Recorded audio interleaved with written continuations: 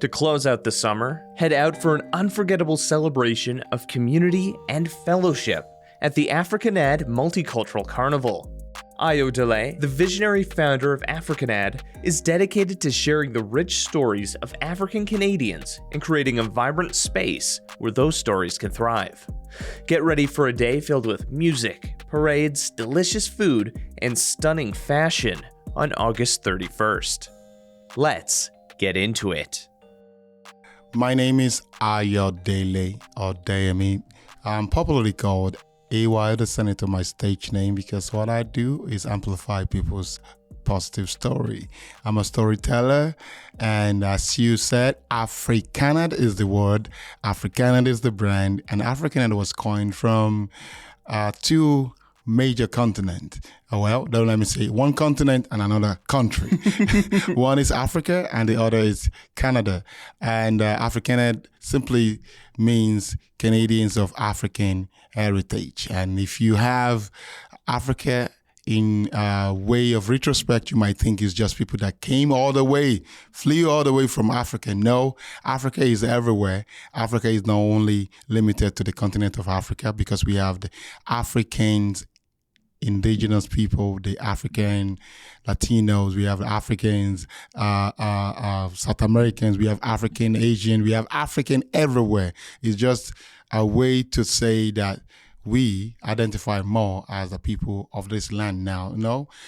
Lately people have been saying, you need to stand correct when you're addressing people of colors. You say people of colors, and people saying, they are people of Black Canadians. And I'll say, is it okay I call you Black Canadians? I said, no, it's not okay, because you yourself, you don't feel okay. Why not we just say African Canadian, and in one word, an Africanadian? And that's where Africanad came from. Yeah, I mean, it's so interesting learning about African and Black history, and because, when we're looking at Black Americans or people who identify as Black Canadians, it's the cultural aspect is very different from people who are connected or immigrated from Africa. There's so much time difference between the two, at least from my observations and the people I've interacted with. I love the way you said it. Yeah, I'm not trying to school you, but I'm going to shed more light about that. The truth about the melanated people, let me put it in that regard, is this: no matter how long, no matter how far apart the time zone is, the truth is we all, and according to scientific proof, everyone came from Africa. You can look it up, Google it, and say, where does mankind emanated from? It's all from Africa. Africa and Africans are not only brown skin. We have the East African, they are as white as snow. You were like, what? Are you sure you're African? You were like, you have people even from Egypt. And before most of them were looking lighter in skin tone. They are much more darker. So the word black, white, red is not really about human. It's just from people that started trying to have, we're going to group you guys into people decided this is it. Group, and so that's why and I personally object to being used the word black, white. Why should we have, if you are trying to segregate things, let's do it appropriately. Let's make it sound right. What about telling us where you came from? We have to look at you. Are you a genuine Canadian? Are you really, now you can tell me before you started this, that, the indigenous people, the Métis people, they are the people of the land. They own the land and the water we drink. Fine. So how are you going to address them as Canadian? Do we have to do it? So if you have to do it, why not just say African Canadian? Because for the past 2 decades now, you will not hear the word Black Americans anymore. They transcend and it moved and changed into African American. They remember and they knew very well where they came from. People in the Caribbean also came from Africa. It was during the Dark Ages when trade, slave trade was happening. They have to pick people from Africa. Even those Arabians and the Arabics also did the slave trade. These are dark ages that, if you have to open the canker worms now, we will not stop talking, because talking about the Black history is everybody's history. There's a lot that goes in there, and that's why we are trying to, narrate this story in a very right way, that we need to tell the story right. You need to address people right. And these days, people are very sensitive and like, you know what? You don't need to think to if you want to address me, just look at me like, you seem like an African guy. I say, yeah. And I'm a Canadian too. Yeah. So what do you call me? I'm an Africanadian. They say, wow, I love it. It looks smooth. You feel okay saying that. But if you say Black, then you say, is he okay? Don't ask me questions. If it's not okay, if you're feeling a little bit contradicting to yourself, then do it right. Let's just stick with something that everybody is acceptable. You will accept with me that, and agree with me that truly many, if not all, that are dark skin emanated, their gene, irrespective of first generation, second generation, third generation, all came from Africa. And that is the story. So let's talk about Africanad and the things that you do. Like, looking over the website, you connect with a ton of different people through different areas in like different finances, politics, bringing people together, the leadership within there. Talk about that. How the start back in 2019, how did that go? Thank you for that question. Going back to my kind of background, as I said, I'm an African guy, to be precise, Nigerian, and you know that we love to show up. We love to do things right. We are so competitive positively. We love to engage. We love to show forth that irrespective of whatever you're going through, something positive can happen irrespective of the situation. So integrating my background, integrating my passion, to show forth and also tell the story. And I used to work also with one of the big media as a reporter. I try to help to tell people's story in a very positive way.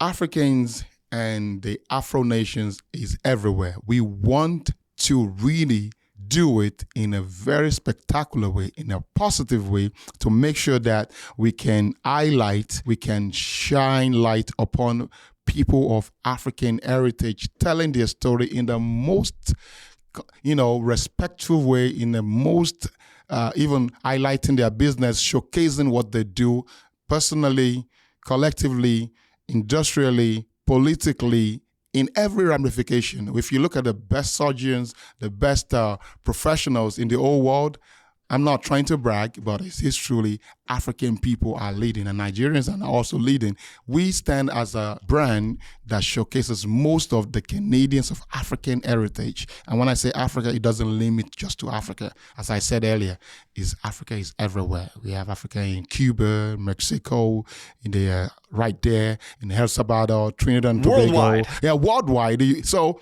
it is more that we are trying to just, where did you first identify with? That's why the word and the brand is coined after where we all came from first. And telling the story in every aspect of the way is a way to give them, because when you are filling some form, you will see they'll ask you, tell a little background, your biography, filling which boxes you're like. Are you Latin American? Are you Canadian? Are you indigenous? Are you Black? Or are you African? So where do you belong? I'm like, okay. These old storytelling will fit more if we can help the melanated people tell their story, positive story, even those that are struggling, in a more concise and great way. And that's why Africanad stands as a brand to illuminate and tell the story, integrating every one of us together. Mostly people that are ready to carry and align with the brand and with what we are doing. Mm-hmm. Yeah, when you're talking about, like, I've heard that too, like Nigeria really, really takes their academics seriously. You bet. Nigerians, they don't see the least, the math, science. Oh God. And that is just goes without saying. Nigerians, I'm proud to be Nigerian. Shout out to all Nigerians out there. Niger, no, they carry last. That's what we say. As a Nigerian, you don't come last. We are so competitive, and each family makes sure, irrespective of your status economically, to send your kids to school, to make sure that at least you must have a degree. At least if you don't have a degree, if you're just you finished from high school, they will not look at you with kind eye, like, you're a dropout. but I finished high school. No, not in Nigeria. You must have minimum of a degree, if not two. These days, you must have minimum of 2 degrees. I have a master's in clinical immunology. I had to have my background is in the medical science, and that was the least that my dad was still looking at me. That, so what happened to your PhD? So what happened to that? It's like, why aren't you a doctor yet? Why aren't you? Why you're a doctor, but why don't you have the Nigerians is the most populous African nation?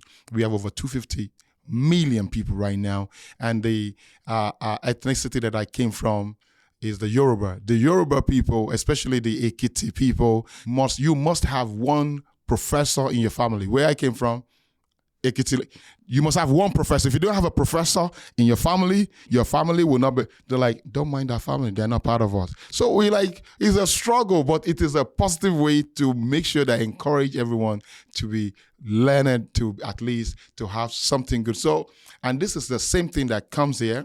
Most of the people that you see in the land of Canada here, that is our new fatherland. My motherland is Nigeria. My fatherland is Canada. And I love that we are making that positive impact. The new government in there, they are Nigerian Canadian.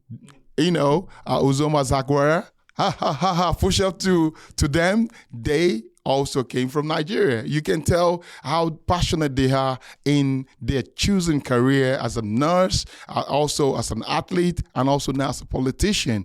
They're not slagging, and there are tons of multiple African people also taking the bulls by the hand. And being the Minister of Health, that is not a job that anyone should be taking lightly. That is the toughest job you can have in the cabinet. And I tell you, it is not just given by, okay, we just want a representation. No, it's because of what they could do and what they represent. And this is why it's important. The dedication, the work ethic. The ethics have to match with the dedication. I also have to match with what, and who's going to tell the story more? If not, we have some platform also carrying the flag and saying, you know what, we're going to tell our own story in the best way. Because sometimes it's only in February that you start hearing most of the tales and stories about the Black community. Is because it's Black History Month. But no, Black History Month is not just February. It's a 365 round the clock. It should be told every time in school, in the system, in the news. Have positiveness, not only when something bad happened.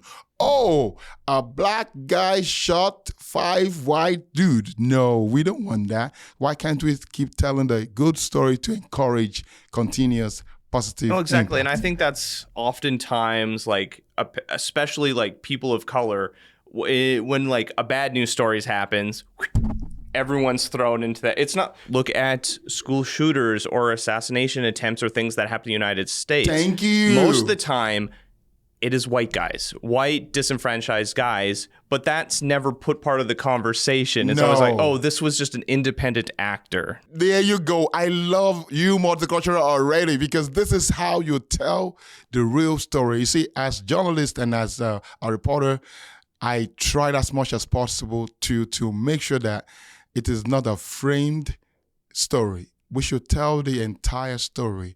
But a second, 30 seconds will not tell the entire story. And the way it will be framed is just to make sure that those melanated people keep feeling aggrieved, like, yeah, it is you did it, pointing fingers. But we should be able to also, as much as they want to tell that story in that regard, it should also have to bring them also up when they are doing beautiful things.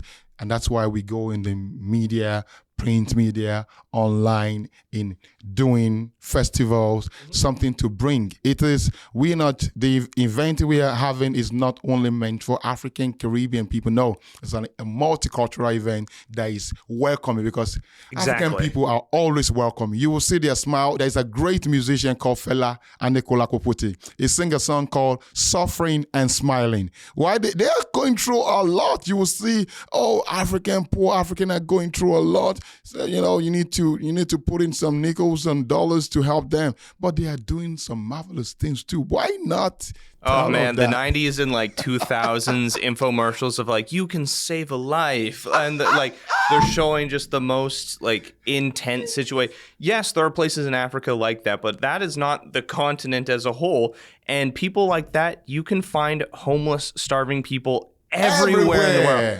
United States, Canada, like our indigenous communities, the conversation we're having before. Exactly. They're struggling. The struggle is everywhere. Fine. Even if we want to help, yes, there's a place for that. And that is why it's as important to get more and more people and more platform to shine light on the positiveness and the impact that we are bringing into the community. There are a lot of indigenous people that are doing marvelous things, and we always want to partner with them. Like now, the Latino people. Oh, I met someone, an amazing woman, Alexandra, recently. She carried this event as if it's like, you know what? I've been looking for someone like you. Also, my friend she's like, I've been looking for someone like you that want to integrate, that want to tell the story, the positiveness that we bring, and not only, feeling sidelined, feeling not part of the table. If they don't want us to sit at their table, we're going to crash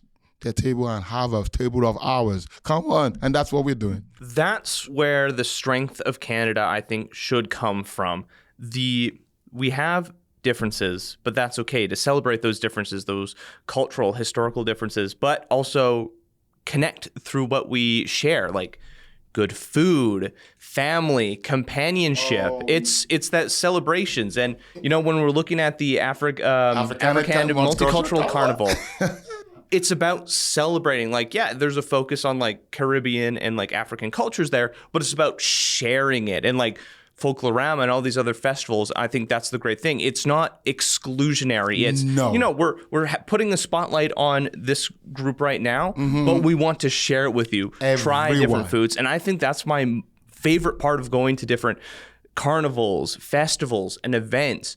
Trying out new things, learning about people, the perspective when you're talking about African Canadian versus the language of Black Canadian. True. I think that's an important conversation. That's something that I've been exposed to now. I take that with the entirety of my heart. It's a passion of mine to make it right, because I see the sensitiveness around people when they're trying to address, back in my own days, I'm hiding some decades and decades. So back in my days, it's nothing. You don't feel aggrieved if anybody address you this way. But these days, things are different. You don't want to annoy or make someone feel like, oh, you're racist. So what are the things that makes people feel that you're racially discriminating them? How are you addressing them? It is how you address that you'll be addressed. So I'm dressed like an African prince. So address me as one. I'm not dressed like a black thing, So not everything black is bad, but the way and manner the system has, concocted this time, we are just following suit. So why not break away from that and try to have a beautiful new narrative that will make everybody comfortable? You don't need to ask me where I'm from. I can see that you are an African-Canadian. That person will look at you with a smile. Can you tell me where you're from? I don't need to tell you. Then it opens that conversation, right? Open the conversation up. That. So where exactly in Africa or Caribbean are you from? Yours comes from Nigeria. Boom. But then it's like, oh, African-Canadian. Oh, so cool. What part of Africa? There you go. And that first, you will see the gladness, the excitement in the face of the person. It opens something different up. It gives you a kind of, we are always looking for a good icebreaker to start a conversation. But you don't want to start awkward, and you don't want to leave a wrong impression on people. And that's why we started that, like, we coined it out, like, we are Africanadians. We're not just Black. And that encompasses everybody. It's like, even if you're from the Caribbean, you're an Africanadian. Even if you're from the African part of the Cuban, of Mexico, you look dark and from eat Haiti. You will feel good, like, yeah, man. That is the kind of excitement we want to. If we are telling the story of our diversity, that is our strength, then we need to tell it right. Then we need to have a good representation and a good narrative to make everybody comfortable here and there. And that is what we represent and how we're carrying this vision and trying to make it And Africanad is not only about celebration and having events also. We also even have as much as having a platform that will help people. If you're having an event, instead of you list on different platforms like Eventbrite, Event this. We have event.africanad where their checkout is as little as nothing. They're like, wow, we have a place where you can put your and sell things on Africanad website too. Like, what do you have to sell? From the Jewish community grew bigger and larger. The Chinese community are growing bigger and larger together because there's a way their e-commerce passes and their commerce passes around them. It's that multi-platform kind of aspect. Exactly, and we people of African origin also lack mostly stuff like this, and we try to come up with something, to make sure that we can pass around, our own funds and money, share around. Also, we are welcoming. We have many non-African that have married African people. They are also. We have people. Have you eaten eba before? Have you eaten semo inyo before? Have you eaten a vegetable soup before?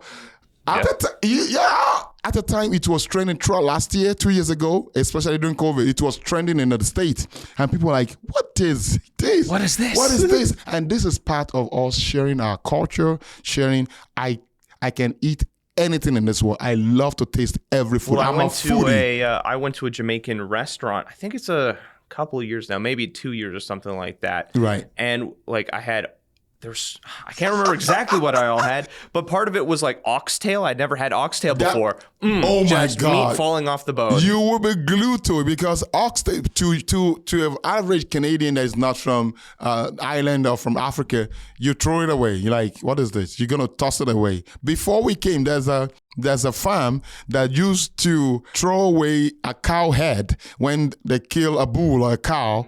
They don't touch the head. It's just a waste to the dogs or anything. And the skin is, and the legs are thrown away.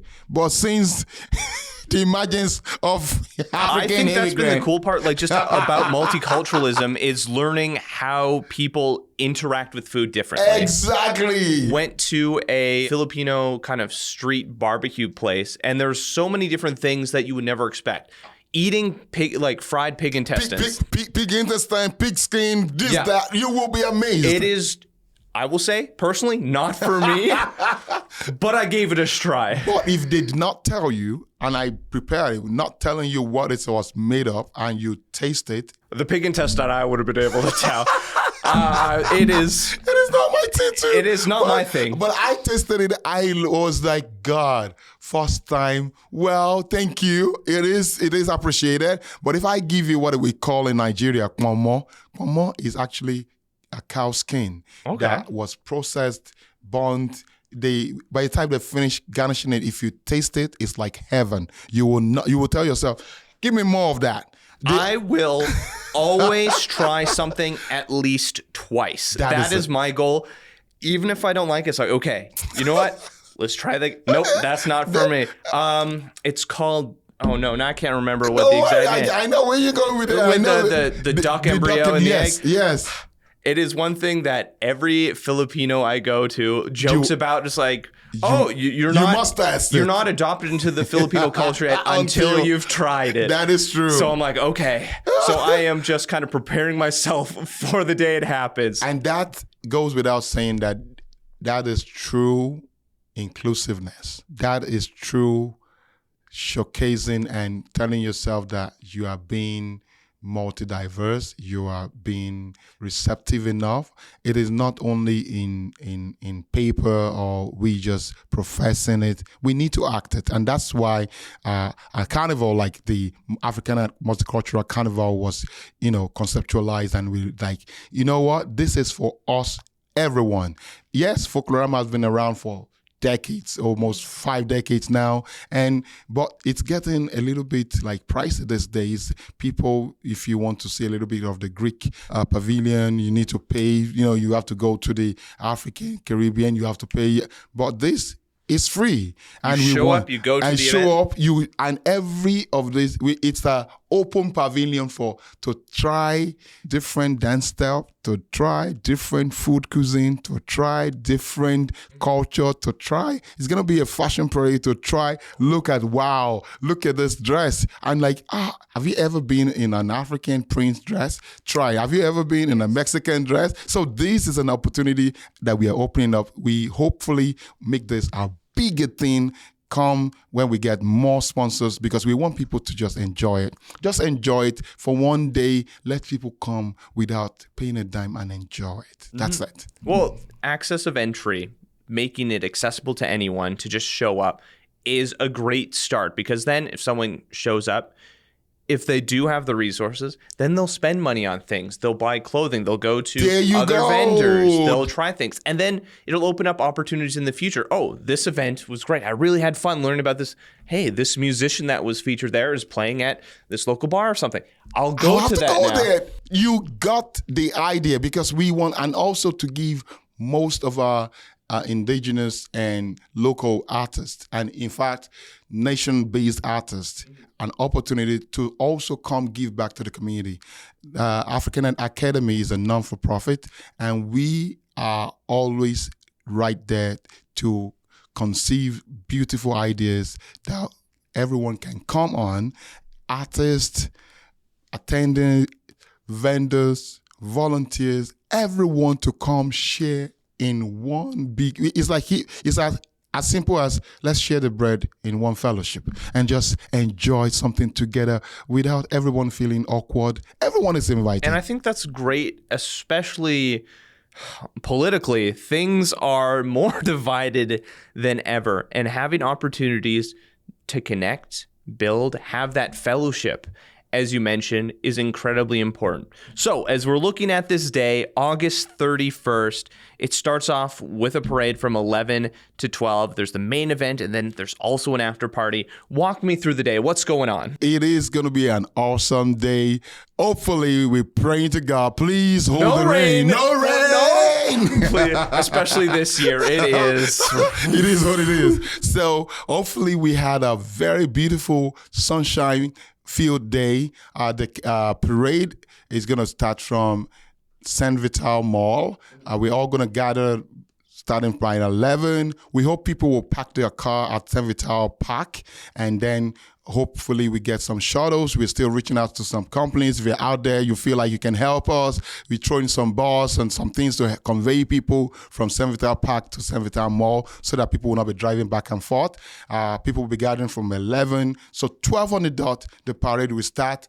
We're hopefully going to have a multi-diverse DJs playing, kind of a truck or a golf cart, riding people up, and people will come with their flags. We want to see you bear your flags. We want to see so many different colors of flag. I want to see you, if you have 5 different connections to different countries, bring the flags. All of them. And we want to see people dance and, fellowship together, hold each other. If you're black, I don't care what they call you, white, Indian, anything. Everyone is invited. We want to see ourselves share true love. We want to see ourselves hold hands. COVID really brought division. But this, and since 2019, since we had a maiden edition, we've not had an opportunity to do this again. So this is us coming back fully like, come on, if they can do this, if they can do this in Toronto and have their caravana and have different events, if you can do it in Calgary, having their own, we can hold our own too in Winnipeg. Winnipeg is no more a very small city. We are over 1 million now. We have a lot of people. And we have a lot of immigrants and people to share their multi-diverse background and come dance all the way from Saint Vital Mall to Saint Vital Park. And a city lives and dies with its community engagement and community involvement. True. If we don't have events or celebrations like this, how are we supposed to attract more people? How are we supposed to attract businesses? We need to be loud, be proud, be excited for people to be like, whoa, what's going on in Winnipeg? That is exactly the vision, because it is, and this year is Winnipeg's 150th anniversary. Imagine us showcasing that we are not that too old, we are still welcoming. And why do we call Manitoba, friend in Manitoba. How do you showcase that you're really friendly if we don't showcase things like this? If we are not on the street once in a while? Of course, I enjoy the Pride Parade. I enjoy the Christmas parade. But this kind of a parade, we have not had anything huge for a long time. I used to hear, we used to have something Pega back in the days, 20 years ago, 25 years ago. But I wasn't even here then. So Exactly. This is the time to really bring back that fun. And this will be capping the summer, after August, first week, second week, September. Right before people get back for work. Back to school. One last party. So this is the kind of a one last party to end the summer. And what way do you want to end the summer by, if not to participate and be part of the parade? And also the carnival itself, reception will start right after we finish the parade at Saint Vital Park, site 1, 2, 3. And you have the stage and lots of markets, stages, and people are coming. A lot of businesses are registering. We're still opening for business vendors. So it's still open for vendors. Vendors are so still call welcoming. to action. If you're hearing this and you are a local business, reach out. Come on. You can find a click on the Africanad website, www.africanad.ca or www.africanad.org. You can see the vendors field form there. There are many opportunities. People are coming in thousands. I hope. No rain, as I said. No rain. We want to enjoy. We want to enjoy that day. So come prepared. Come have fun. It's a family event. It's to share food. It's to share music. It's to share our culture, and it's to connect and network. What better way do you do all this by not coming to Africanad Multicultural Carnival? This is going to amazing. Once again, where can people go to find out more information about this? So for more information, just go on our website, www.africanad, is spelled AFRICANAD.ca or .org. Either of the two, it will link you to Africanad. And you can, if you want to volunteer, we still welcome you. We have over 100 volunteers that have registered, but because of the size of the parade, we are hopeful that we can get more volunteers to come in. So you can volunteer. If you want to be a vendor, there's a link for them. If you want to be a sponsor, we are still looking for sponsors. There's a lot to pay for. Please, some artists need to be paid for. The stage, a light, everything needs to be paid for, but we need people to sponsor us and be a part of this. And we'll be very happy. And you can call my number too. If you need, I will send it to you. Please don't hesitate. Ayodele is my name. I love my multiculturalism, and I love you, multicultural. So once again, Africanad Multicultural Carnival is taking place on August 31st. Have any stories you'd like us to share? Or communities we should highlight? Leave a comment on our social media or reach out to us on our website. I'm Ryan Funk. This was You Talk. And have yourself a good one.